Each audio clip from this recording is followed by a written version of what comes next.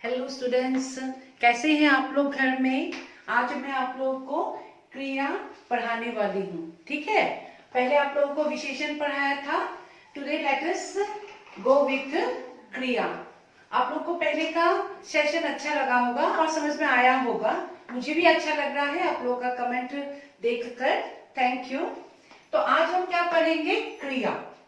ये क्रिया क्या होती है, ठीक है। पहले आप लोग देखिए यहाँ पे I have written some sentences here. पहला सेंटेंस है भालू नाच रहा है। उसके बाद किसान ट्रैक्टर चला रहा है। उसके बाद लड़की पढ़ रही है, हवा चल रही है, लड़का पत्र लिखता है। ठीक है, पहले मैं यहाँ पे अब क्रिया जो है मैं उसको अंडरलाइन करती हूँ। ठीक है, अब देखो भालू नाच रहा है, ठीक है, किसान ट्रैक्टर चला रहा है, लड़की पढ़ रही है, हवा चल रही है, लड़का पत्र लिखता है। अब ये सभी शब्द क्या है, क्रिया है। अब ये क्रिया कैसे बनी, अब देखिए इस वाक्य में भालू नाच रहा है, अगर नाच रहा है नहीं होता तो ये वाक्य क्या पूरा होता है, नहीं होता है। ठीक है, तो पहली बात ये हुआ कि इससे पूरा वाक्य पूरा होता है। देखिए तो ठीक से, यहाँ पे भी नाच रहा है, ये सबसे क्या हो रहा है, वाक्य पूरा हो रहा है। अब यहाँ पे जो मतलब काम किया गया है या काम हो रहा है उसे ही क्या कहते हैं, क्रिया कहते हैं। अब मैं क्या कर रही हूँ, मैं आप लोगों को पढ़ा रही हूँ। ठीक है, अब आपके माता जी अब घर में क्या कर रहे हैं, शायद खाना बना रहे हैं या आप लोग को पढ़ा रहे हैं या देख रहे हैं। जो भी कर रहे हैं, जो भी काम कर रहे हैं वो क्या हो गया है, क्रिया हो गया है। अब आप लोग क्या कर रहे हैं, आप लोग मुझे देख रहे हैं, है ना। अब वो देखना क्या हो गया, क्रिया हो गया। वो काम आप लोग क्या कर रहे हैं, अभी कर रहे हैं। ठीक है, तो उसे हम क्या कहते हैं, क्रिया कहते हैं। अब आइए कि क्रिया की परिभाषा क्या होती है। ठीक है, परिभाषा, अब चाहे तो इसे लिख भी सकते हैं, परिभाषा। इसको इंग्लिश में कहते हैं डेफिनेशन। ठीक है, अब परिभाषा क्या लिखोगे, जिस शब्द अथवा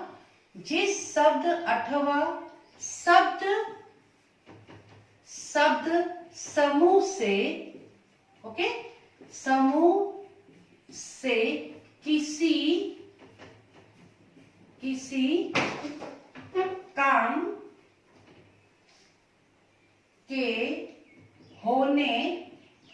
काम के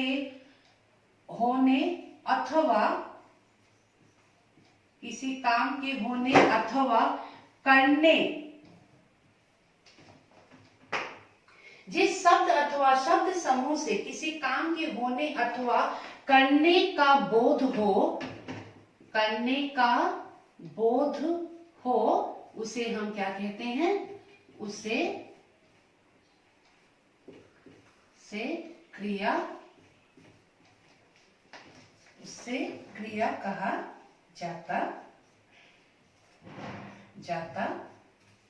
है या उस शब्द को क्रिया कहते हैं। ठीक है, जिस शब्द अथवा शब्द समूह से किसी काम के होने अथवा करने का बोध हो उसे क्रिया कहा जाता है, उसे क्रिया कहते हैं, या उस शब्द को क्रिया या उस शब्द समूह को क्रिया कहा जाता है।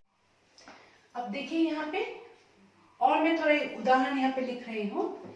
सुधा नाच रही है, रीता पढ़ती है, राहुल विद्यालय जाता है। अब यहाँ पर भी आप लोग देख रहे हैं, नाच रही है क्या है, क्रिया है ना।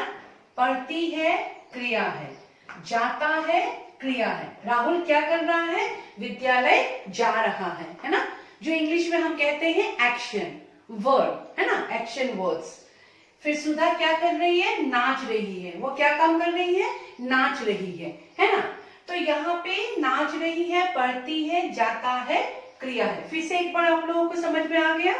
तो क्रिया क्या है, जिस शब्द अथवा शब्द समूह से किसी काम के होने अथवा करने का बोध हो उसे हम क्या कहते हैं, क्रिया कहते हैं, उसे क्रिया कहते हैं। यह बहुत सुंदर से अगर लिखने के लिए आया तो परिभाषा आप लोग लिख सकते हैं। अब यहां से ही क्रिया से ही एक बहुत ही इंपॉर्टेंट जो कि हमेशा बच्चे लोग क्या करते हैं, कंफ्यूज करते हैं और समझ में नहीं आता है, बहुत लोगों को मालूम भी नहीं है। अभी क्रिया से देखो, अभी क्रिया के बारे में आप लोग को अच्छे से समझ में आ गया है। अब यहाँ पे आप लोग को समझ में आ रहा है कि सुधा, रीता, राहुल उनके द्वारा कुछ काम किया गया है। अब उस काम करने को ही हम क्या कहेंगे, क्रिया कहेंगे। अब यहाँ पे आप देखिए तो एक शब्द होता है धातु। अब ये धातु क्या होती है? अब यहाँ पे आप देख रहे हैं ये सब क्या है, क्रिया शब्द है। अब इन क्रिया शब्द का जो मूल रूप होता है उसे ही हम क्या कहते हैं, धातु कहते हैं। जैसे कि नाच, ओके, क्या कर रहे हैं, सुधा नाच रही है। अब ये नाचना, अब इसके साथ मैं अगर ना लगा दूंगी तो ये क्या हो गया, नाचना। अब यहाँ का मूल रूप इस क्रिया से कौन सा हो गया, नाच हो गया। अब सपोज यहाँ पे पढ़ती है, ठीक है, पढ़ती, ये जो पढ़ती शब्द यहाँ पे है, अगर ये क्रिया में लूंगी, अब यहाँ से मैंने लिया नाच रही है ना, अब मैंने यहाँ से लिया नाच। अब नाच के साथ मैंने अगर ना लगा दिया, नाचना हो गया ना, तो नाचना का मूल रूप या धातु क्या होगा इस क्रिया का, नाच होगा, ठीक है, नाच होगा। अब पढ़ती का मूल धातु क्या है, मूल रूप कौन सा है, पर है, पर, इसका मूल रूप क्या है, पर है। इस पर को अभी हम क्या कहेंगे, धातु कहेंगे, ठीक है, इस पर को हम क्या कहेंगे, पर को हम क्या कहेंगे, धातु कहेंगे। तो क्रिया के मूल जो रूप होते हैं उसे हम क्या कहते हैं, धातु कहते हैं। हमेशा प्रत्येक व्याकरण किताब में आप लोगों को ये शब्द मिलते हैं। कभी कभी बच्चे लोग पूछते हैं कि ये क्या है। Many simple words या simple things from grammar is not clear, so I am trying that one to clear to you. अब हम हिंदी में वो सब कुछ छोटी छोटी चीजों को हमें अभी सीखना है, ओके। अब क्रिया क्या है आप लोग को मालूम चल गया। अब उस क्रिया का मूल रूप क्या है, अगर आपसे पूछा गया कि उनका इसका धातु क्या है, धातु है क्रिया का मूल रूप। अगर आप लोग को उनका परिभाषा लिखना है तो आप इसे सुंदर से लिख सकते हैं। क्रिया के मूल रूप को क्या कहते हैं, धातु कहते हैं। ये देखो आप लोग इसे लिख भी सकते हैं, क्रिया के मूल रूप को हम क्या कहेंगे, धातु कहेंगे। अब यहां से ही अगर आप लोग, मैंने कुछ उदाहरण भी लिखा है, जैसे क्रिया के मूल रूप को हम धातु कहते हैं। अब इस पढ़ती का मूल रूप हो गया पर, तो इसका धातु क्या हो, पढ़ती का मूल रूप हो गया पर, अब पर क्या है, धातु है। अब परिभाषा भी आप सुनने से लिख सकते हैं, क्रिया के मूल रूप को धातु कहते हैं। अब जैसे कि अब मूल रूप क्या क्या हो सकते हैं, मैंने जिस ऐसे लिखा है आप लोग को तो अभी मालूम चल गया है, हर क्रिया का भी आप मूल रूप निकाल सकेंगे। जैसे अब पी हो गया, लिख हो गया, जा हो गया, खा, गा, रो आदि, ये सब क्या हो गया है, अभी मूल रूप है। अब इसको हम कैसे क्रिया में लिखते हैं, ठीक है। जैसे कि मैंने अभी जब मैं थोड़ा सा उदाहरण देकर आपको समझा देती हूँ। इन्हीं धातुओं से जैसे होता है पीता है, जैसे राजू दूध पीता है, ठीक है। अब पीता है, पी क्या हो गया है, मूल रूप है, यह धातु है क्रिया का, ठीक है, ये क्रिया का धातु है। अब ये इसे अब हम क्रिया के रूप में जब लिखते हैं तो ये क्या हो गया है, राजू दूध पीता है। अब लिखता है, लिख का ये हो गया, लिख मूल रूप है, ये क्या है, मूल रूप है, ये धातु है क्रिया की, और उससे हम क्या बना सकते हैं, लिखता है, ठीक है। जैसे राम पत्र लिखता है।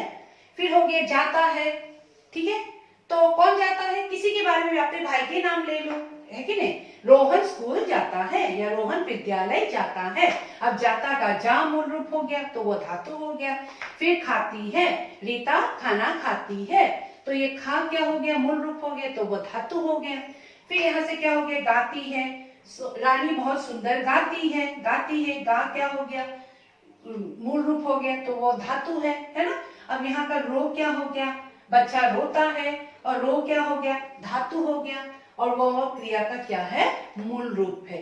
तो ये धातु शब्द आप लोगों को अच्छी तरह से अभी समझ में आ गया होगा और आना बहुत जरूरी है। सो क्रिया के साथ साथ अब धातु को भी अब अच्छे से समझ लेना चाहिए।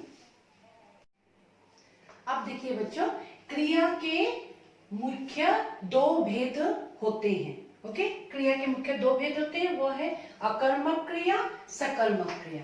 पहला क्या है? अकर्मक क्रिया, सकर्मक क्रिया, जिसे हम कहते हैं इंट्रांसिटिव वर्ब और ट्रांसिटिव वर्ब, इंग्लिश में कहते हैं।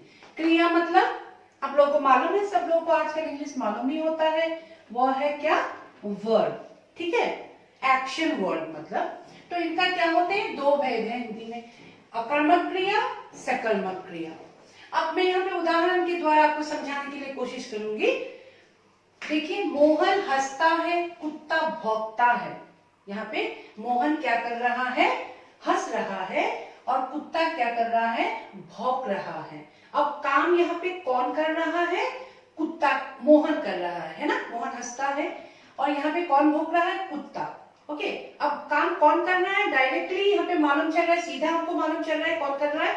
कुत्ता कर रहा है। अब यहाँ पे मोहन और कुत्ता क्या हो गया है मालूम है? ये क्या हो गया है? कर्ता हो गया है, मतलब वही काम को कर रहा है।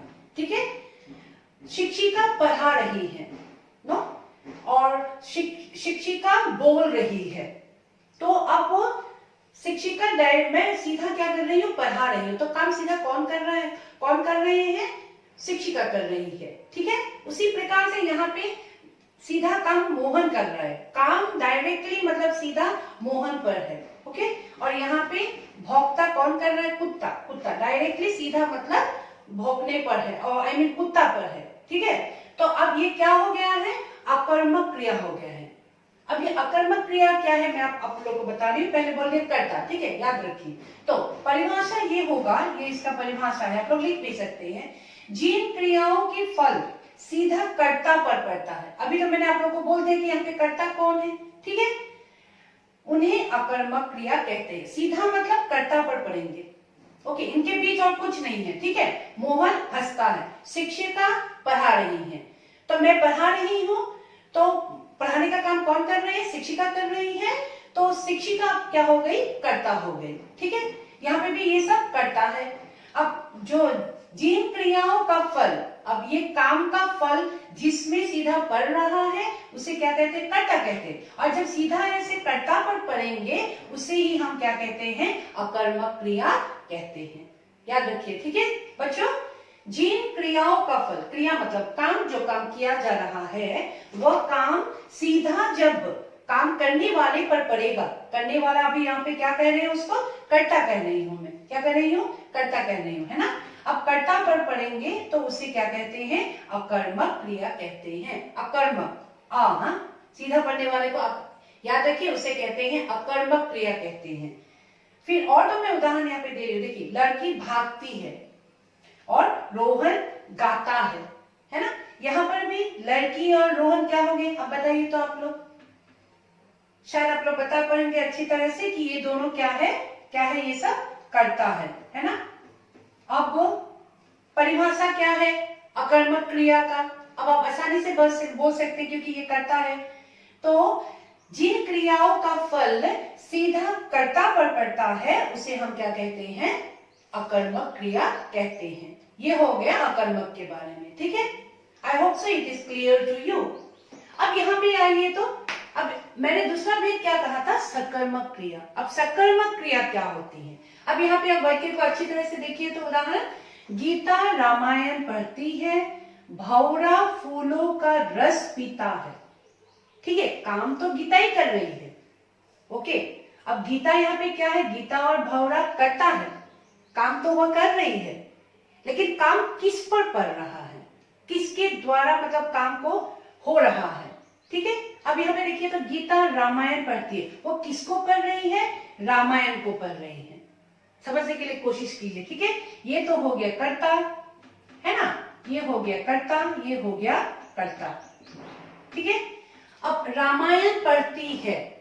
अब यहाँ पर रामायण क्या है बच्चों मालूम है? इस रामायण को यहाँ पर हम कहेंगे कर्म। ठीक है, अब फूलों को यहाँ पे हम कहेंगे कर्म। ठीक है, अब किसके द्वारा काम हो रहा है? रामायण फूलों के द्वारा। Try to understand. हाँ, अब यहाँ पे समझने के लिए कोशिश कीजिए। गीता रामायण पढ़ती है, गीता तो काम को कर रही है, लेकिन काम किस पर पढ़ रहा है? रामायण पर पढ़ रहा है। यहाँ पे फूलों का रस पीता है भौरा, भौरा करता है, लेकिन काम किस पर पढ़ रहा है? फूलों पर पढ़ रहा है। तो फूलों क्या हो जाएगा? कर्म हो जाएगा। अब सकर्मक क्रिया क्या है? पहले तो अब आप लोग को मालूम चल गया कर्ता क्या है, अब आप लोग को मालूम चल गया है कि कर्म क्या है। ठीक है, अब आप लोग परिभाषा आसानी से लिख सकते हैं। देखिए ये परिभाषा है इनका, जिन क्रियाओं का फल कर्म पर पड़ता है। अब यहाँ पे सीधा कर्ता पर नहीं पड़ रहा है, देखिए बीच में क्या है? रामायण है, यहाँ पे बीच में क्या है? फूलों है। तो कर्ता पर सीधा इसका काम नहीं पड़ रहा है, इनका काम किस पर पड़ रहा है? निर्भर रामायण पर। इनका किस पे पड़ रहा है? फूलों पर। तो जिन क्रियाओं का फल कर्म पर पड़ता है उन्हें हम क्या कहेंगे? सकर्मक क्रिया कहेंगे।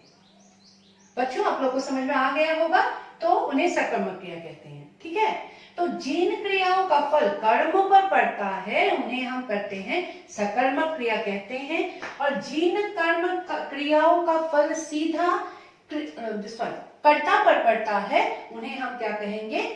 अकर्मक क्रिया। और यहाँ जब का फल कर्म पर पड़ता है तो उन्हें हम सकर्मक क्रिया कहते हैं। और दो उदाहरण मैं यहाँ पे दे रही हूँ। देखिए तो, लड़की बंदर को देख रही है, राजू फिल्म देखता है। अब यहाँ पे आप लोग बोलिए तो कर्ता कौन सा है और कर्म कौन सा है? पहले आप लोग वो निकाल लीजिए। पहले ये देखिए कि लड़की और राजू यहाँ पे क्या हो गया है? कर्ता हो गया है। मुझे मालूम है आप लोग आसानी से ये कह पाएंगे, और ये भी आप कह पाएंगे कि फिल्म और बंदर यहाँ पे कर्म है, कर्म है। अब सकर्मक क्रिया क्या है? सकर्मक क्रिया वह है जिन क्रियाओं का फल कर्म पर पड़ता है उन्हें हम सकर्मक क्रिया कहते हैं। आप लोग अच्छी तरह से इन्हें याद भी कर सकते हैं, जूम करके आप लिख कर भी ले सकते हैं। बच्चे अन्य दो क्रियाएं भी आप लोग सीख लीजिए। अकर्मक क्रिया और सकर्मक क्रिया भी हो गया है। अब यहाँ पे देखिए तो अन्य दो क्रियाएं भी है। वो देखिए, पहला वाला प्रेरणार्थक क्रिया कहते हैं उसको, और दूसरा कहते हैं पूर्वकालिक क्रिया। ओके, अब ये प्रेरणार्थक क्रिया इसे हम इंग्लिश में कहते हैं मोटिव वर्ब। अब मोटिव शब्द से ही और प्रेरणा शब्द से ही आप लोग कुछ ना कुछ समझ रहे होंगे, ठीक ना? ठीक है ना? अब प्रेरणा देना या मोटिव करना। ओके, अब इसमें आइए तो यह है पूर्वकालिक क्रिया। अब ये पूर्वकालिक क्रिया को इंग्लिश में कहते हैं एंटीसीडेंट वर्ब। Antecedent verb. मैं ये भी आप लोग कह रही हूँ क्योंकि कभी कभी बच्चों को इंग्लिश में क्लियर नहीं होता है, बच्चों को इंग्लिश में क्लियर नहीं होता है, तो हिंदी पढ़ लेने से हम लोग को और अच्छी तरह से समझ में आ गया। বা অসমীয়াটো যদি পঢ়ি লয় তেতিয়া তেওঁলোকেও ভালকে বুজি পাব পাৰিব। ঠিক আছে? Now you come back here. Here you see, मैंने क्या कहा? दो भेद है और दो भाइयों को मैंने आप लोगों को पढ़ने के लिए कहा है। प्रेरणार्थक क्रिया, प्रेरणा कर देना। ओके, किसी काम को करने के लिए प्रेरणा देना, तो इस शब्द में ही उसका मतलब अर्थ छुपा हुआ है। And it is easy that's why to remember. पहला मैंने यहाँ उदाहरण लिखा है। मैं हमेशा उदाहरण के द्वारा आप लोगों को समझाती हूँ ताकि आप लोगों को अच्छी तरह से समझ में आए। सीधा अगर आप लोगों को परिभाषा कह दिया जाता है तो लोगों को थोड़ा हार्ड लगता है कि ये परिभाषा याद करेंगे, फेल लिखेंगे, है ना? मुश्किल होता है। तो अब यहाँ पे देखिए तो मोहन दर्जी से कपड़े सिलवाता है। फिर रमा श्यामा से दान दिलवाती है। अब यहाँ पे कर्ता कौन सा है? अगर मैं आप लोगों को पूछूं तो आप लोग आसानी से बोल सकेंगे कि मोहन, और यहाँ पे रमा, ये दोनों क्या है? कर्ता है कि नहीं? ये क्या है? कर्ता है सपोज। ठीक है, अब ये मोहन दर्जी से, मोहन कपड़े तो सिलवा रहा है, मोहन दर्जी से कपड़े सिलवाता है, तो वो उसका काम क्या करवा रहा है? वो अपना कपड़ा सिलवा रहा है, लेकिन किससे सिलवा रहा है? दर्जी के द्वारा सिलवा रहा है। तो वह दर्जी को मोटिव कर रहा है कि उसका कपड़ा क्या करे? सिलवा दे। तो यहाँ पे सिलवाता क्या हो गया? ये हो गया मोटिव वर्ब या प्रेरणार्थक क्रिया। ठीक है, अब क्रिया सिलवाता यहाँ पे क्या हो गया है? प्रेरणार्थक क्रिया। सेम वे यहाँ पे दिलवाती है क्या हो गया है? प्रेरणार्थक क्रिया, मोटिव वर्ब। रामा श्यामा से खुद तो काम नहीं कर रही है, लेकिन श्यामा को मोटिव कर रही है काम को करने के लिए, तो वो क्या हो गया, प्रेरणार्थक क्रिया हो गया। और यहाँ पे रामा श्यामा से दान दिलवाती है, दिलवाती क्या हो गया, प्रेरणार्थक क्रिया हो गया, जो शब्द में ही इसका अर्थ छुपा हुआ है। तो इस ऐसे वाक्य में अगर आप लोगों को पूछा जाए कि प्रेरणार्थक क्रिया कौन सा है, तो पहले आप लोग तो क्रिया आसानी से निकाल सकेंगे, क्रिया कौन सा है। फिर आप लोग अच्छा से देखिए तो काम कौन कर रहे हैं, फिर आप लोग को याद आ जाएगा कि वो प्रेरणा दे रहे हैं, तो आप में से क्या होगा, प्रेरणार्थक क्रिया। अगर इनका परिभाषा लिखना है आप लोगों को, तो आप लोग इस तरह से परिभाषा सुंदर से लिख लीजिए।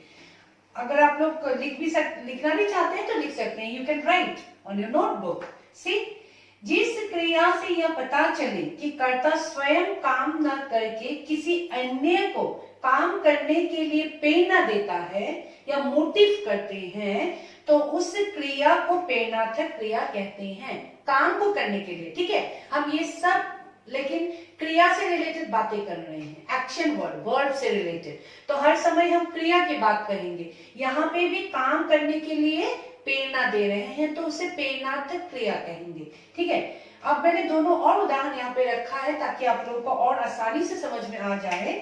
सोहन धोबी से कपड़े धुलवाता है, लीला शीला से पत्र लिखवाती है।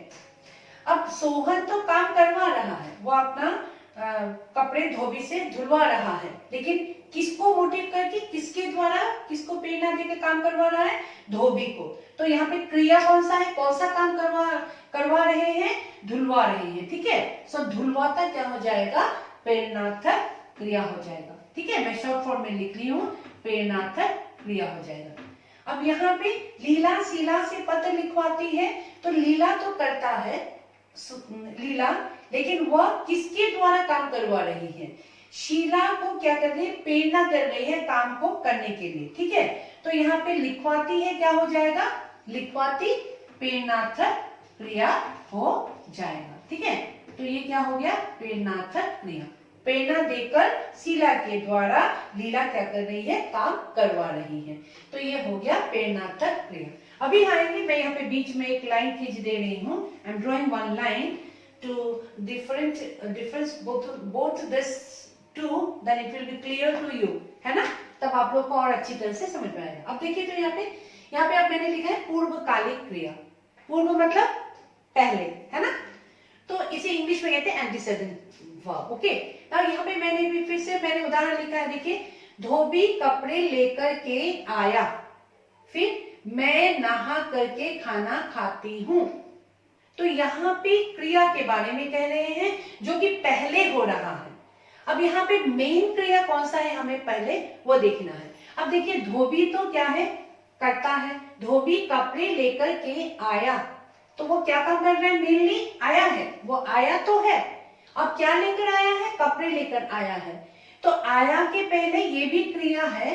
अब इस क्रिया के पहले और एक क्रिया हो रही है, अब वो और एक क्रिया क्या हो रही है, ले करके आया, है ना। अब ये जो करके आया, ये जो है, ये आया के पहले है, तो ये क्या हो गया, पूर्वकालिक क्रिया हो गई। ठीक है, अब ये क्या हो गई है, पूर्वकालिक क्रिया हो गई है। सेम वे, मैं नहा करके खाना खाती हूँ। अब मैं खाना तो खाती हूँ, है ना, खाती हूँ, यहाँ पे क्या है, मेन क्रिया है। ओके, अब यहाँ पर मेन क्रिया के पहले खाना खाती हूँ, मैं नहा करके खाना खाती हूँ। अब ये खाती के पहले और एक क्रिया है, और वो कौन सा क्रिया है, करके, नहा करके, है ना। अब ये करके जो है, ये क्या हो गया, पूर्वकालिक क्रिया हो गया, ये क्या हो गया है, पूर्वकालिक क्रिया हो गई है। ठीक है बच्चों, अभी इस बार अब देखिए तो अब यहाँ पे आप लोग को याद रखने के लिए बहुत आसानी होगी। यहाँ पे इतना ज्यादा कुछ आप लोग को याद नहीं रखना है। अभी यहाँ पे जब भी आपको वाक्य में करके ये दोनों शब्द दिखाई देंगे, तो आप लोग को मालूम चल जाएगा वाक्यों को अच्छे से पढ़ने से कि ये क्या है, पूर्वकालिक क्रिया है। ठीक है, अब इसे अगर आपको परिभाषा लिखना है तो आप सुंदर से इस तरह से परिभाषा लिख सकते हैं। आप लोग देखिए तो मुख्य क्रिया से पहले कि क्रिया को पूर्वकालिक क्रिया कहते हैं।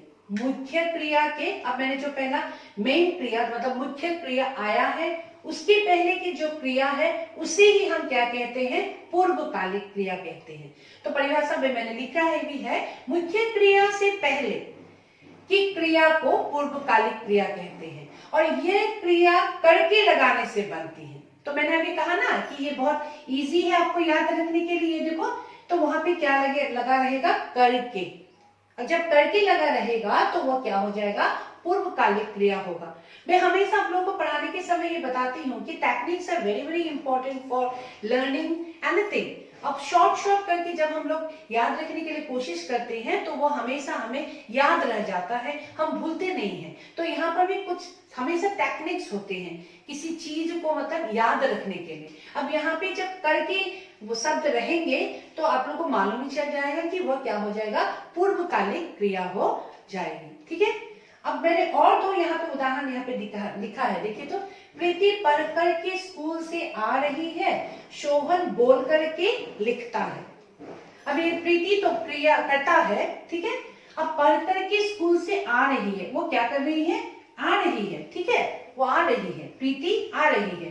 प्रीति हो गया कर्ता और ये रही है क्या हो गया, मुख्य, ये क्या हो गया है, मुख्य क्रिया हो गई है। ठीक है, अब ये मुख्य क्रिया के पहले भी और एक क्रिया है, वो क्या क्रिया है, करके, पढ़ करके। अब ये पढ़ करके क्या हो गया है, पूर्वकालिक क्रिया हो गया है। ठीक है, अब यहाँ देखिए सोहन बोल करके लिखता है। अब सोहन तो करता है और लिखता है मुख्य क्रिया है। अब इस मुख्य क्रिया के पहले यहाँ पे क्या लगा है, करके है, तो ये करके क्या हो गया है, पूर्वकालिक क्रिया हो गए हैं। ठीक है बच्चों, आई hope so you have understood nicely. समझ में आया होगा आप लोगों को। मैं जितना हो सके उदाहरण से आप लोगों को समझाने के लिए कोशिश कर रही हूँ। ठीक है, तो पहले हम लोगों ने क्रिया के बारे में पढ़ा। ठीक है, क्रिया के साथ ही हमेशा बहुत ही मुख्य एक शब्द है, हमेशा हमें याद रखना है, वो होता है धातु, है ना। उसके बाद हमने पढ़ा कि क्रिया के मुख्य दो भेद होते हैं, वो हो गया अकर्मक क्रिया, सकर्मक क्रिया। फिर अन्य ये दो क्रियाएं भी मैं आप लोगों को सिखा दे रही हूँ, क्योंकि हमेशा वाक्य में ये सब हमेशा आते हैं। For higher class it is very very important, इसलिए मैं इन लोगों को इसको भी साथ में आप लोग को पढ़ा दे रही हूँ, ताकि आप लोग का क्या हो, इसे मतलब you will be used to it. Otherwise आप लोग को अगर इस तरह का वाक्य आ गया तो क्रिया कौन सा है पूछने पर आप लोग बोल नहीं सकेंगे। अब जब ऐसे वाक्य आप लोग को मिलते हैं तो आप लोगों को कभी कभी कठिनाइयां होते हैं। ऐसा नहीं है कि सिर्फ अकर्मक क्रिया और सकर्मक क्रिया ही आप लोगों को लिखने के लिए आए, आप लोगों को मोटिव वर्ब, एंटीसीडेंट वर्ब, ये सब भी वाक्य देते हैं उसमें निकालने के लिए कि कौन सा एंटीसीडेंट वर्ब है या प्रेरणात्मक क्रिया, पूर्वकालिक क्रिया। तब ये सब वाक्य जब आप लोगों को दिया जाएगा तो आप लोगों को मालूम नहीं होगा कि ये मतलब प्रेरणात्मक क्रिया है। इसलिए मैंने आप लोगों को ये भी पढ़ा दिया है। Basics are very very important children. अगर आप लोगों का बेसिक क्लियर नहीं होगा तो आप लोग कभी भी व्याकरण नहीं कर पाएंगे। इसलिए हमेशा छोटे छोटे चीजों को धीरे धीरे से आगे बढ़ना चाहिए। Elaborately you have to study. Like suppose मैंने पहले अकर्मक क्रिया, सकर्मक क्रिया पढ़ाया, वो तो क्लास 8 तक। It is very very important. ऐसा नहीं है कि ऐसा वाक्य आप लोग को नहीं मिलता है। हमेशा आप लोग जब भी कहानी पढ़ते हैं, कविता पढ़ते हैं, जो कुछ भी पढ़ते हैं, आप लोग को ऐसा वाक्य तो मिलता ही रहता है। तो आप लोग को मालूम चलना चाहिए कि ये सब कैसा वाक्य है या इनका क्रिया कैसा है। वाक्य के लिए मैं बाद में आऊंगी। अब ये this part is very very important for higher class 9 and 10। इसके बाद में इसको और एलाबोरेटली पढ़ाऊंगी। बहुत और थोड़े चीज क्रिया के अंदर में आते हैं and that is very very important. छोटी छोटी बात है लेकिन बहुत अच्छी तरह से आप लोगों को पढ़ना है। अगर आप लोगों को ये भाषा अच्छी तरह से अगर समझना है, लिखना है, अगर आगे भी आप लोग जारी रखना चाहते हैं, then you go through my videos. Next I will come with more with kriya or for higher classes. It will be very very important for you. All the classes, ऐसा नहीं है, लेकिन it will be benefited for you. Basics will be clear to you. Okay? Thank you children.